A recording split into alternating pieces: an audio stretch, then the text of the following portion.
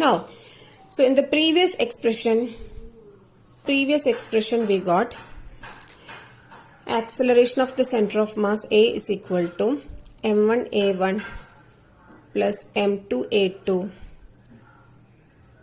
plus etc. plus mnan all divided by capital M. Now take this capital M to the LHS part. So you will get M into A equal to m1a1 plus m2a2 plus etc. plus mnan, isn't it? Now just look at the quantity on the LHS part, that is MA. MA is the expression for force. So MA will be force. That means force of the center of mass is equal to M1A1. M1A1 represents the force of the first particle, and M2A2 represents force of the second particle.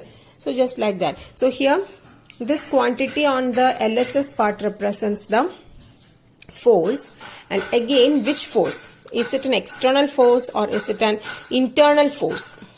Okay, so external force contributes to the force of the center of mass, because by Newton's third law the sum of internal forces is 0. Action and reaction. So the sum of internal forces will be 0, and the internal forces will not contribute anything to the force of the center of mass. Only external forces contribute to the force of the center of mass. So force of center of mass can be the sum of external force plus the sum of internal force. But by Newton's third law, the sum of internal force will be 0. So only external force contribute to the force of center of mass. Okay, so since the contribution of the internal forces is 0, they appear in pairs and cancel out each other.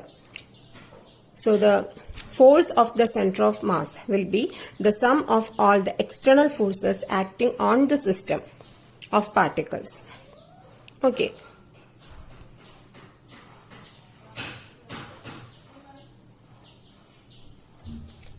Next, we can discuss about the momentum of the center of mass.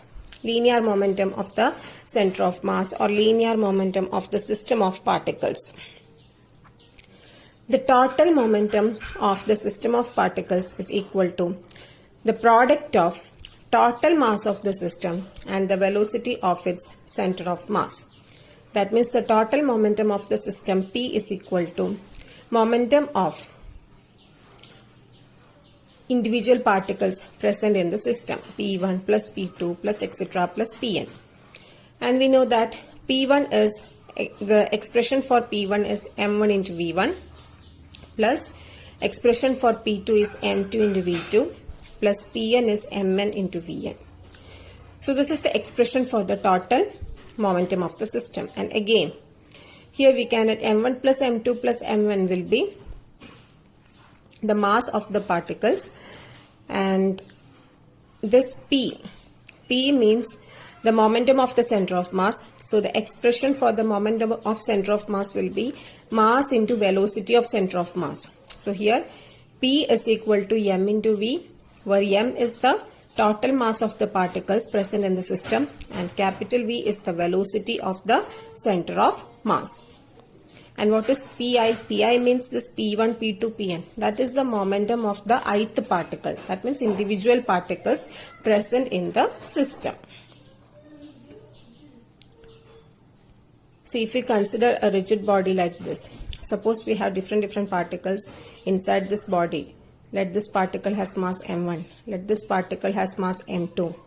Let this particle has mass m3. Like that. Then let this particle move with a velocity v1. Let this particle moves with a velocity v2. And let this particle moves with a velocity v3. Then the total momentum of this system will be equal to the sum of momentum of first particle, momentum of second particle and momentum of third particle, that is m1 v1 plus m2 v2 plus m3 v3. Okay, so this is about the momentum of the center of mass or momentum of the system of particles. And by Newton's second law, we know that dp by dt equal to force. And here we consider the external force because only external force contributes to the force of the center of mass. So when the total external force acting on the system is 0, that means when F external is 0, then it means dp by dt equal to 0, isn't it? So if F external is 0, dp by dt is equal to 0. If dp by dt is 0, it means P is a constant because dp by dt represents change in momentum with respect to time.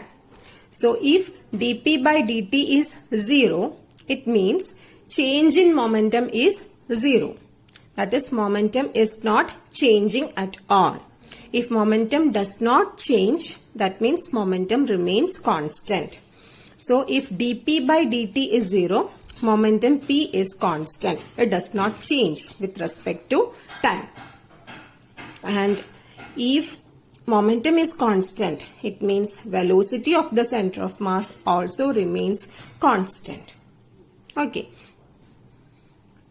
So that means if the total external force acting on a body is 0, then the internal forces can cause complex trajectories of individual particles, but the center of mass moves with a constant velocity.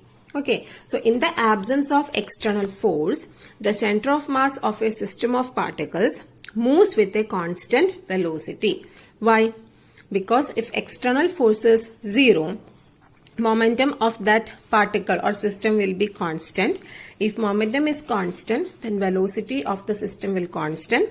Then the center of mass moves with a constant velocity. And for example, we can consider the decay of a radium atom into helium and radon. So here consider the case 1. Initially, if the radium atom was at rest, that means this is our radium atom, and if initially it was at rest, helium atom and radon atom will have opposite direction of velocity, but center of mass will remain at rest. Okay, so the center of mass of these two particles, helium and radon, will lies here, and the center of mass will remain at rest. It will not move. Even though the individual particles move in the opposite direction, but it will remain at rest. That means velocity is constant here. Case 2. If radium atom is having a uniform velocity, that means if initially radium atom is not at rest, if it is moving with a uniform velocity before, then helium atom and radon atom can have complex trajectories. See, helium atom moves along this path and radon atom moves along this path.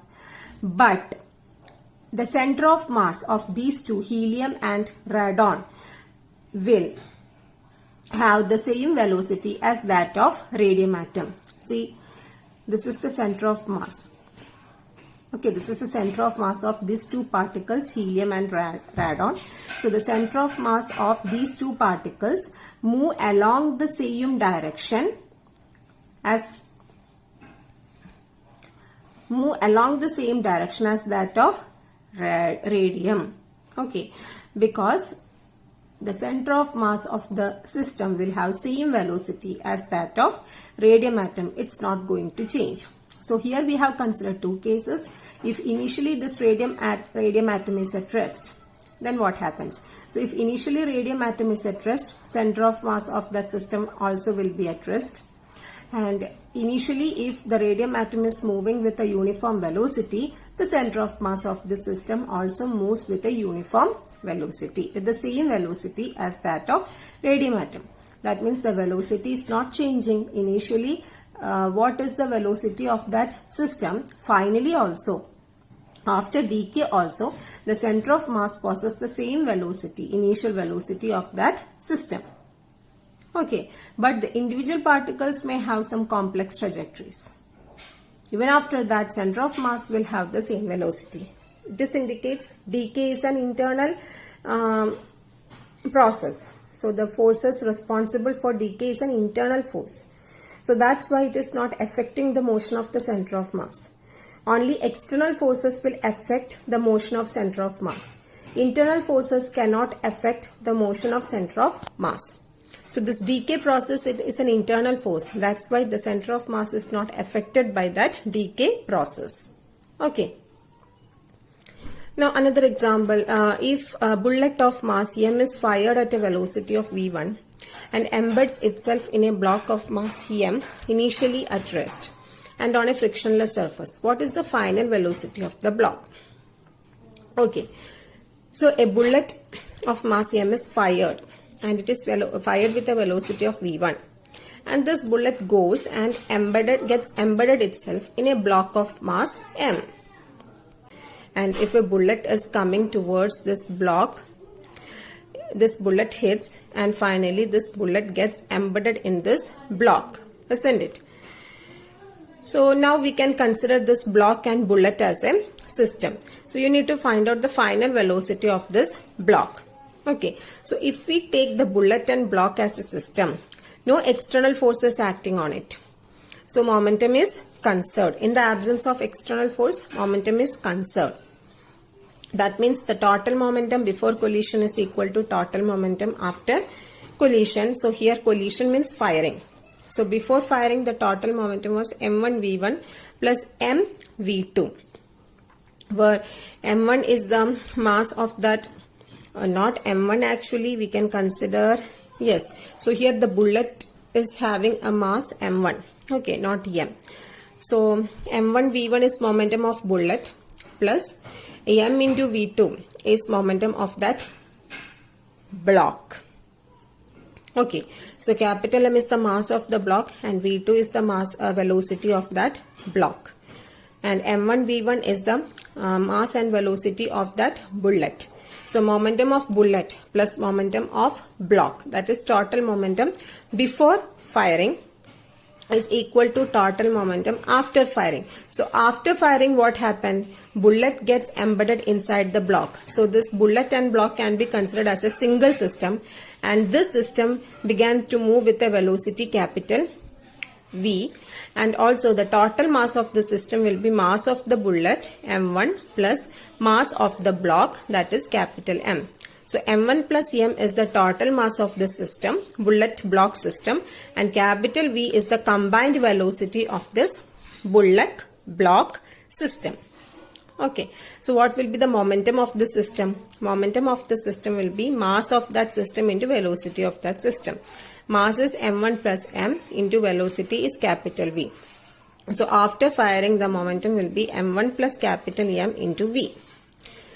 So what will be the final velocity? That means velocity after firing, so the velocity of that bullet block system. So the final velocity of that bullet block system, V after means the final velocity is equal to m1 v1 plus capital M into v2 all divided by m1 plus m. So here, what is the velocity of block initially? Initially the block was at rest, so the velocity of the block is 0. Okay, so mv2, this term will be 0. So the v after, or the final velocity of that bullet block system, will be m1 v1 plus 0 by m1 plus capital M, that is equal to m1 v1 by m1 plus capital M. So this is the expression for the final velocity of that block. Okay.